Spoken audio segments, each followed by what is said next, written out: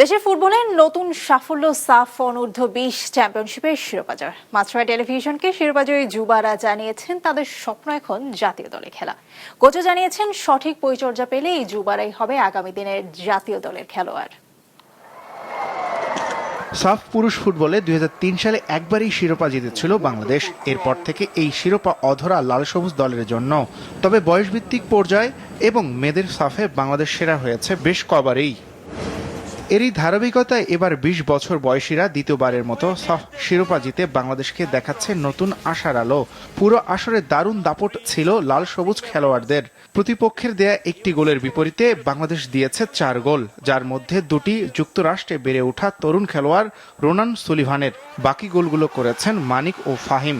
তো আমি চাইবো আমার ফেডারেশন যেন এফসি আন্ডার-20 উপলক্ষে দেশের বাইরে ক্যাম্প করায় এবং শক্তিশালী প্রতিপক্ষের এগেনস্টে যেন আমরা ম্যাচ খেলতে পারি।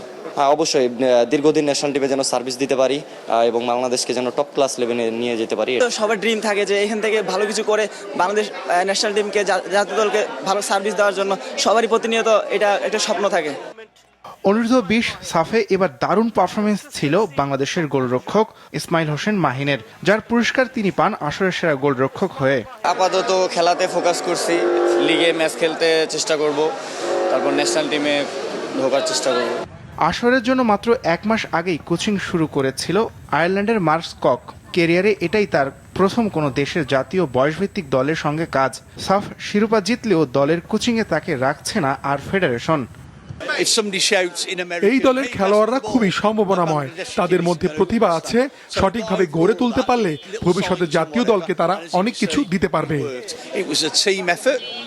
যুবাদের পরের লক্ষ্য এ বছরের শেষ দিকে হতে যাওয়া অনূর্ধ্ব-20 এশিয়ান কাপ বাছাই পর্ব, যদিও ভেন্যু ও তারিখ এখনও নির্ধারণ করেনি এএফসি।